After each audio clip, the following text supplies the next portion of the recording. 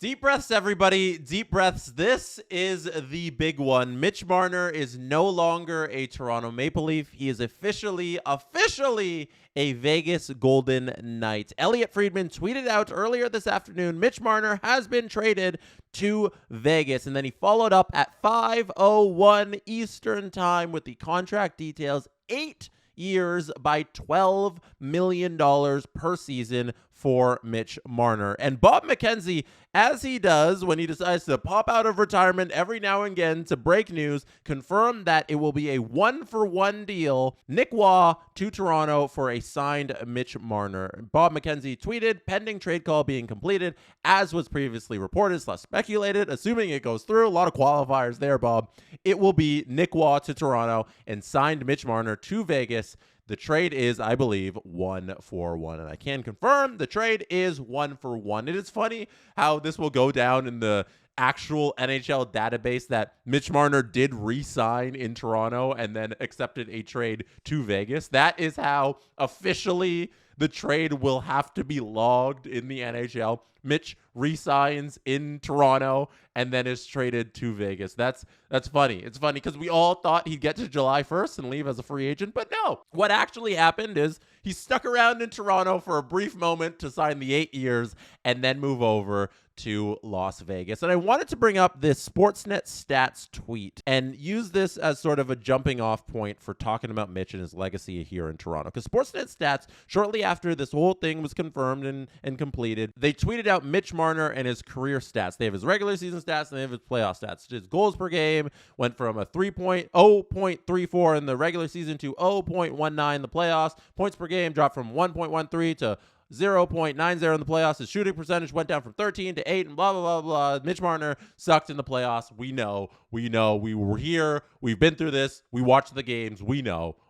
That's why he's no longer here. But this, to me, this one tweet is a microcosm to me of the legacy that Mitch Marner leaves behind. You have that greatness that he showed in the regular season, and you can't deny that there was greatness there. He's 5th all-time in Toronto Maple Leafs scoring. He is high up in the record books for the Leafs, and he will remain there for quite a long time. And it comes with the downside of the performance and the pressure moments and this team and Mitch individually not getting it done. And that is the sour taste that he's leaving in the mouths of Leafs fans. A lot of Leafs fans truly love this individual for many of the years he was here as a Leaf. But at the end of the day, there's a bitter taste in the majority of Leafs fans' mouths for how he exited this franchise and for how he performed in the biggest moments and how he's leaving the franchise not being able to get it done and exiting at a low point during his tenure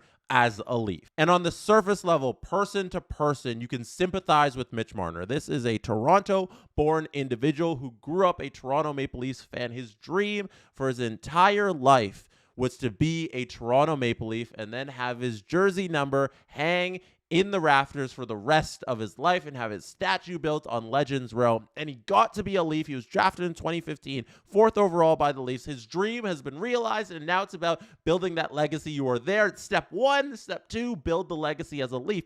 And he wasn't able to accomplish that. And I think all of us on a human level can relate to that moment where you have a dream and either you fall short of that dream and you go on to something else and you realize that dream wasn't for you, or you have the dream and then you accomplish the dream and that dream doesn't fulfill you in the ways it should. And I think at some point along the line, Mitch Marner realized that being a Toronto Maple Leaf wasn't for him. And that, I think, is where things got ugly because he wasn't able to handle being a Toronto Maple Leaf so many different times in his career as a Leaf. And one of the best examples is his interactions with the media, because somewhere along the lines, he became extremely defensive whenever talking to the media. He became extremely uncomfortable being in front of cameras, and you can't be that way if you want to be a Toronto Maple Leaf. And another example is just the way his agent handled things on his behalf. If you go to his first ever contract signed, he complained about not getting all the bonuses he thought he deserved to his second contract, where he got paid the sun and the moon, but that was after it was a long, drawn-out public negotiation. Even the day Austin Matthews signed his contract, his agent went to the media and talked about Mitch's contract. At some point along the line, Mitch Marner no longer became right for the Toronto Maple Leafs organization. And that's the fan side of things that I want to talk about now, because that's the human level where you can feel bad for somebody who had a dream and they failed to accomplish that dream. But on the fan side of things, Mitch Marner was no longer right for this team, and fans have a right to be upset about that and have a right to no longer want this player on their team. The whole point of the whole thing at the end of the day for the on-ice product is for your team to win. Like, that is the whole point of the whole thing. And if you don't think this player is helping you win as a fan, you can be upset at this player. And if you don't think the player is right for the organization, you can also be upset at this player. And there's so many different touch points for Mitch in his career where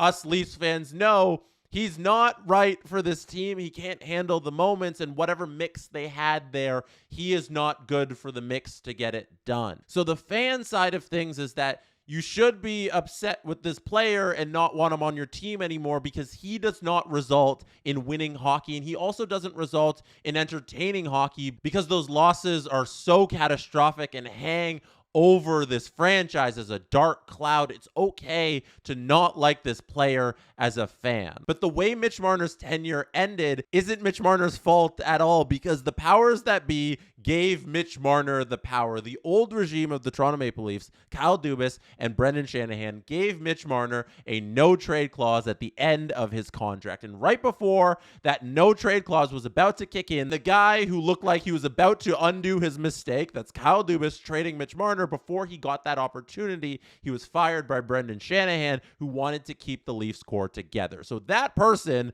owes a lot of the blame for how this thing played out. A lot of this hangs on Brendan Shanahan for allowing this individual to hold all of the power in the last year for how he wants his career to go. Mitch Marner does not have this power unless Brendan Shanahan gives it to him. Could he have handled everything better? I 100% believe so. There are different ways Mitch Marner could have gone about his business. He always seems to be doing everything with the Leafs in the messiest way possible. And I know a lot of fans are going to look at $12 million as a discount for the Vegas Golden Knights in a moment where you're looking back on his legacy and you're angry about it, and you look at that $12 million and you say, we're upset at that too. Look, he gave them a deal. But for the Leafs fans, this is truly a really good thing. It is a wholesale change to the Leafs organization from the top to the very bottom. There is a new owner. Rogers owns this thing outright now. It used to be Rogers, Bell, and Larry Tannenbaum. Rogers bought out Bell's shares and now owns the majority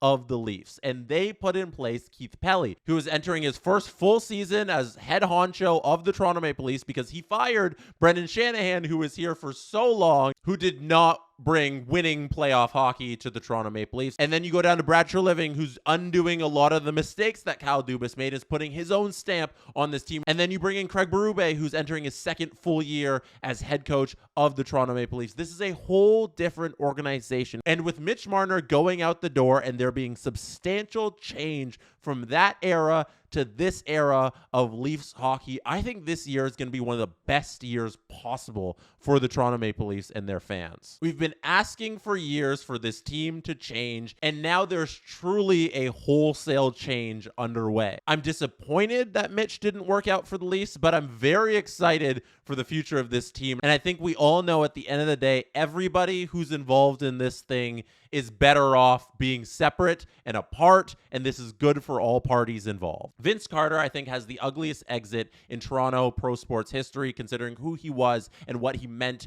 to this city and how he left. And Vince Carter this past season returned to the organization and now has a banner hanging in the rafters. Mitch Marner isn't Vince Carter and what he means to the city and the country of Canada as a whole, but I wonder if as time goes by, there won't be as much animosity from the fan base towards Mitch Marner. If there's a point in his career when he returns to Toronto and he gets some sort of round of applause. I don't think it'll be next season when Vegas comes to town, but maybe a couple seasons down the road as time passes, Mitch could be shown some love by the Toronto Maple Leafs fans. And I don't think he deserves it now with how this whole thing played out, but I know for sure right now that this divorce is good for everybody. We should be happy he's in Vegas. We should be happy that the Leafs got something in return. I haven't even mentioned Nic Roy coming back the other way. There's a depth forward piece the Leafs desperately need. I'll talk about that plenty tomorrow on the SDPN YouTube channel. For now, it's about Mitch and his journey to Vegas. Let me know what you think about that in the YouTube comments on the Jesse Blake Sports Report YouTube channel. And while you're there, hit like and subscribe. I wonder if there's going to be plenty more news coming down the pike tonight. We'll wait and see. But for now, good night from Toronto.